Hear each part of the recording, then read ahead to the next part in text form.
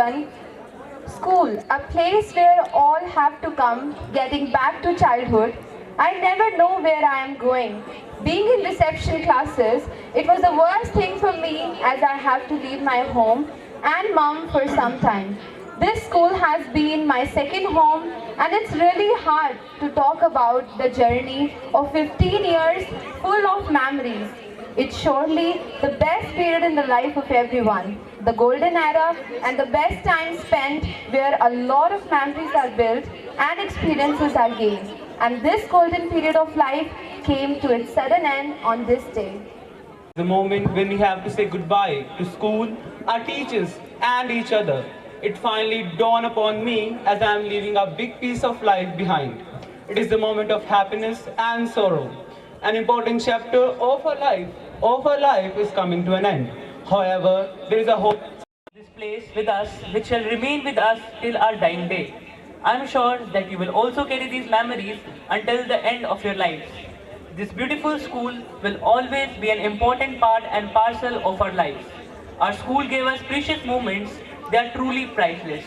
The day when we first walked into the school premises, moments of fun, whether it will be playing in the playground or chilling in canteen or chatting in the corridors. Who can forget the highly awaited and anticipated school bell for the recess time? We would all rush out of the classrooms.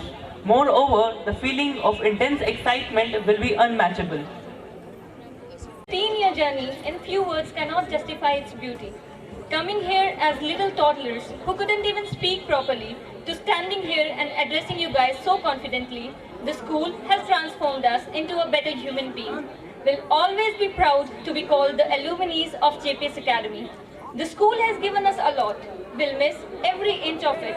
It will take me hours to glorify this journey, so without any further ado, allow me to drop the mic. I would like to call Suniti for further proceedings. Thank you. Good afternoon everyone present here. Now I would like to recite a poem written by us. सालों जिए लम्हों में से कुछ यादें उठा ली हमने, लफ्ज़ों में पिरोया तो किस्सा बन गया। मुझे समझ नहीं आ रहा शुरू से शुरू करूं या होने वाली नई शुरुआत से शुरू करूं, पर यहाँ बिताया हर एक पल बहुत प्यारा था। ना तेरा था ना मेरा था, यहाँ बिताया हर एक पल हमारा था। ब्रेक से पहले ही तो लंच कर लिया करते थे, गुरजीत मैम के डांटने के बाद कैमरे से भी छिपके खाया करते थे। भूख मिटाने वाली प्लेट तो आगे भी होगी, पर मस्ती से भरा वो टिफिन बड़ा प्यारा था। ना तेरा था ना मेरा था, वो हर एक निवाला हमारा था। स्कूल खुलते ही ट्रिप का ख्याल आना और फिर बार बार ऑफिस में पहुंच जाना, प्रिंसिपल सर का वी विल सी सुनकर ट्रिप के ख्यालों में खो जाना और ट्रिप के बाद भी उसकी याद में रोना। घूमने को तो सारी दुनिया होगी सामने, पर बस से जुरासिक पार्क तक का सफर बहुत प्यारा था। ना तेरा था ना मेरा था, वो सफर हमारा था। सुदीप सर के डर में पढ़ाई और छोटी छोटी बातों पर क्लास में लड़ाई, केमिस्ट्री टेस्ट का कैंसिल हो जाना, एक्टिविटी टाइम में सर का अंदाज ही बदल जाना, हमें बहुत याद आएगा। सुनील सर का हमारा फिजिक्स में हाल बुरा बताना, तुम्हारे हाथ खड़े हैं कहकर हमें डराना, और डांट डांट में हमें समझाना एक ख्वाब सा बन के रह जाएगा।